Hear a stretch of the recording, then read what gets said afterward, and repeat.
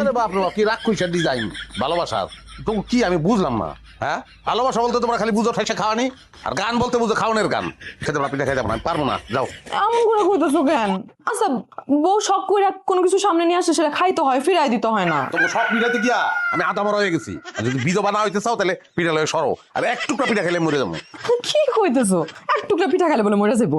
এরকম আজগুবি কথা কই পাইছো তুমি? বেশি না, 5টা পিঠা খাও, তাতেই আমি খুশি। না ভাই রে, এত ভালোবাসা যদি প্রকাশ করতে হয় তাহলে আমার ফুলাই না দাও, আমার মানি ব্যাগ দাও, আমার ঘড়ি দাও, অন্য কোনো উপহার দাও। খাওন আল্লাহর হস্তে মাপ চাই, খাওন সামনে দিয়ে নাও, বমি হইতাছে। আচ্ছা ঠিক আছে, তুমি খাও না, তাহলে চলো বাইরে চলো। বয়াতি বাইরে বসে গান গাইতেছে, তোমার জন্য গান গাইতেছে বয়াতি। আমার গান দূর থেকে শুনতে খুব ভালো লাগে, কাছ থেকে শুনতে ইচ্ছা করে না। পিঠা লয়ে যাও, আর পিঠা বয়সে দিয়ে দাও। ওই জায়গায় কইতাছে মনটা আমার পিঠা খাইতেছে, ওই খাওয়াও দাও। তুমি পিঠা খাইবা না?